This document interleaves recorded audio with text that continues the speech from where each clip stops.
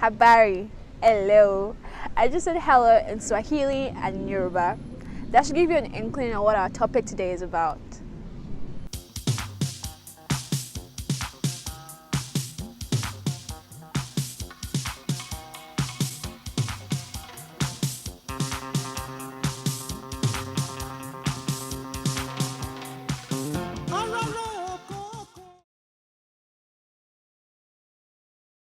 Hello everyone, you're welcome to another episode of the Syncopa Pan-African series. My name is Gabriella and today's topic is so cool. We're going to be looking at African languages and their influence outside the continent. Africa is such a diverse continent and the number of languages spoken is a testament to this. The total number of languages natively spoken in Africa is variously estimated at between 1,250 and 2,100, and by some counts at over 3,000. Nigeria alone has over 500 languages according to SIA Ethnologue and the African Language Program at Harvard, and is considered to be one of the greatest concentrations of linguistic diversity in the world. One of the notable differences between Africa and most other linguistic areas is its relative uniformity. With few exceptions, all of Africa's languages have been gathered into 4 major families. Most of the languages are primarily oral, with little available in written form. The languages of Africa break down into 4 large families known as phyla, with an additional Austronesian family spoken in Madagascar. The 4 continental language families are Niger-Congo. Now this language family, with approximately 1,300 to 1,650 languages, is the largest of the 4. It is also the largest language family in the world. The Niger-Congo languages inhabit Western, Central, Eastern and Southern Africa.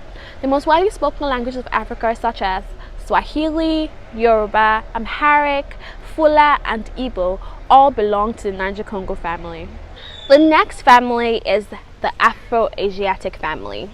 Now this family is second in size to Niger-Congo and has about 200 to 300 member languages in Africa. The Afro-Asiatic languages in Africa are found mainly in northern regions of Africa, including northern Nigeria, southern Niger, Somalia, and the North African countries of Morocco, Algeria, Tunisia. Languages such as Hausa, Sidamo, and Afar belong to this family. Now over to the Nilo-Saharan family with about 80 languages. These occupy Eastern Africa, northeastern region of Africa, countries like Uganda, Tanzania, Chad, the Sudan, have languages that fall into this group. Kalenjin, Lango, and Naringa are some of the languages in this family. Last but certainly not least is the Khoisan family with between 40 to 70 members. Believed to be the oldest of the 4 language families, it is the smallest of the 4 and is found mainly in southern Africa. Sandawe, Nama, and Shua belong to this language family. Now let's look at something really interesting: extinct languages in Africa. An extinct language is a language that no longer has any speakers, especially if the language has no living descendants. According to Wikipedia, there are about 52 listed extinct languages in Africa. These languages are from every region of the continent, but for simplicity, we'll discuss 3 extinct languages. First on our list is Ancient Egyptian. This language is an Afro-Asiatic language which was spoken in ancient Egypt. Its attestation stretches over an extraordinarily long time, from the Old Egyptian stage around the mid-4th millennium BC in the Old Kingdom of Egypt. Its earliest known complete written sentence has been dated to about 2690 BC, which makes it one of the oldest recorded languages known, along with Sumerian. Its writing system includes hieroglyphs, cursive hieroglyphs, and Coptic. Next on our list is Asuma. It is an extinct language of uncertain classification within the Kwa branch of the Niger-Congo family, once spoken in Assini and Mafia villages in Ivory Coast. This language became extinct in the 1800s when speakers switched to the Ayin and Nzima languages. Now, the final extinct language of Africa on our list is Yani. The Yani language is an extinct language of Cameroon, formerly spoken around Yani Mountain in the Inyalang area. All that remains of the language apparently is a song remembered by some natives. However, according to Bruce Cornell, who reported the existence of the language in 1995, comparison of the song's words to neighboring languages suggests that it was closely related to Kisabe and Kambap languages. Now, what influences do African languages have outside the continent? Some African languages are being spoken outside the continent, and this is largely due to the transatlantic slave trade. Some of these languages include Yoruba in Brazil. This is a language spoken in West Africa, most prominently in southwestern Nigeria. It is also spoken in Benin, Ghana, Togo, and so on. During the transatlantic slave trade, Yoruba speakers brought their language Yoruba, which is spoken in parts of Brazil's Bahia state.